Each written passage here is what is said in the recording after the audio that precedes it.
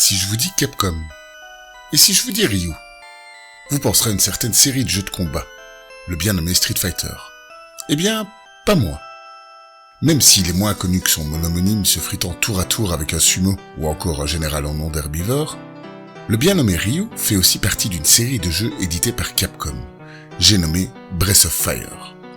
Mais revenons aux bases, et parlons des origines de cette série qui aura fait les beaux jours des fans de JRPG. Sorti le 3 avril 1993 au Japon, c'est le premier essai de Capcom dans ce style de jeu ultra dominé par Squaresoft et Enix. Raison pour laquelle ce sera Squaresoft lui-même qui éditera et qui traduira le soft en 1994 pour les États-Unis. Produite par Tokuro Fujiwara, principalement connu pour être le créateur de la série Ghosts and Goblins, producteur de la série Mega Man ou encore comme futur producteur général de Resident Evil quelques années plus tard. Excusez du peu. Breath of Fire, premier du nom, se verra suivi de 5 suites sorties sur la Super Nintendo pour les 2 premiers, sur PlayStation 1 pour les 2 suivants et sur PlayStation 2 pour le 5. Malheureusement retombé dans l'anonymat le plus complet avec un épisode 6 sorti sur Android et iOS en 2017. Dans un modèle économique free-to-play, il a complètement été décrié par l'ensemble de la fanbase. Le premier épisode, néanmoins, fondera les bases scénaristiques qui seront propres à toute la saga console. Il proposera aussi quelques features très originales pour l'époque, dont nous reparlerons et qui seront présentes également dans toute la série. Même si je parle du soft en tant que série, je m'attarderai particulièrement sur le premier opus dans cette vidéo. En tout cas au niveau scénario, on va toujours retrouver les mêmes personnages centraux, Ryu et Nina. Notre protagoniste aux cheveux bleus sera toujours un chevalier se transformant en dragon grâce à un pouvoir toujours plus ou moins lié à la déesse Tyr. L'archange, quant à elle, sera toujours plus ou moins lié à sa destinée et sera toujours ou presque présentée comme une princesse. Ils seront toujours accompagnés de comparses divers et variés, tant par la forme que par les rôles. Dans le premier opus, ce sera une guerre opposant les dragons noirs aux dragons bleus. Je vous laisse deviner qui sont les gentils et qui sont les méchants. Vous avez une heure. Notre petit héros verra son village détruit par les flammes et sa sœur se faire désintégrer par un mystérieux chevalier. Il partira en quête de vengeance, sauvant la belle Nina quelque temps après, auprès d'un sorcier maléfique. Convenu, manichéiste? Oui, absolument. De ce côté-là, la prise de risque de Capcom est quasi nulle. Je vous l'accorde, et on peut aisément lui reprocher. D'autant plus que le développement des personnages est tout aussi inintéressant. Le deuxième opus rectifiera le tir un peu, et la troisième le favorisera encore. Alors pourquoi ne pas faire un sujet sur les deux?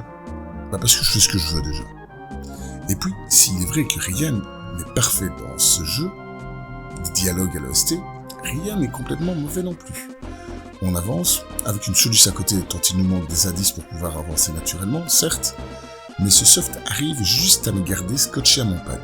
Il fait le minimum syndical, mais ça fonctionne. Ou alors je suis peut-être bon public aussi. Il y a juste une chose que j'ai du mal à lui pardonner. C'est qu'à une époque où un FF5 déchaînait les passions, on doit se coltiner la vitesse d'un déplacement des héros, case par case s'il vous plaît, d'une lenteur abominable, sans cesse stoppée par des combats omniprésents.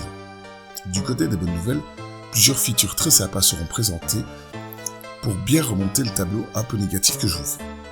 Chaque personnage a sa propre capacité à utiliser en dehors des combats. Entre le personnage qui pourra désamorcer les pièges, un autre pourra casser des murs ou encore chasser des animaux.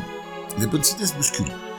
Notre Ryu ne sera pas en reste, puisqu'en tant qu'amateur de pêche, il vous sera possible de s'adonner à sa passion, ce qui sera très utile pour récupérer des équipements plus tard dans le jeu, mais aussi des poissons. Je vous entends d'ici. Et il parle de RPG, mais il parle même pas de combat, je me désabonne. Eh bien, ne vous désabonnez pas tout de suite. Comme vous l'aurez imaginé, on est sur un bon vieux RPG au tour par tour des familles, avec une vue plutôt sympathique de 3/4, ce qui rend les combats plutôt dynamiques. Et encore là, le jeu brille par plusieurs idées vraiment bonnes. On pourra se transformer en dragon avec Ryu, et même fusionner. Ça ne révolutionne pas le gameplay, mais renforce le sentiment de puissance. Et ça fonctionne. Les combats étant très présents tout au long du jeu, on n'a pas vraiment de mal à avancer, car on est toujours plus ou moins à un niveau acceptable pour faire face aux nombreux boss. Même si le côté challenge n'est pas vraiment présent, on prend beaucoup de plaisir à renvoyer chaque boss d'où il vient, à coups de magie ou de gros coups de bourrin. Alors personnellement, j'ai fait la connaissance de Ryu et de Nina grâce à la petite bébête de Sony. puisque j'ai commencé par le 3e opus, toujours avide de JRPG que j'étais suite à la baffe monumentale que j'avais prise grâce à l'illustre FF7. Mais là n'est pas le sujet. Même si j'ai eu un peu de mal à entrer au début dans l'histoire à cause de sa difficulté assez imposante, en tout cas pour les premières heures, ce titre m'a fait parcourir des pays, en compagnie de Ray, Momo, Pécole, Chevalier Oignon, Reaxa. Je me souviendrai de l'ambiance un peu steampunk, de la technologie omniprésente et de la nature qui reprend le dessus. Un petit peu à l'instar de Grandia, ou dans le 7e opus d'une toute autre petite série.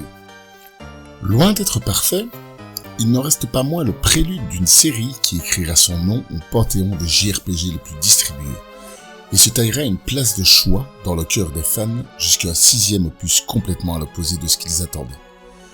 Capcom nous montre ici qu'ils ont eu du mal à garder cette licence sans en attendre toujours plus.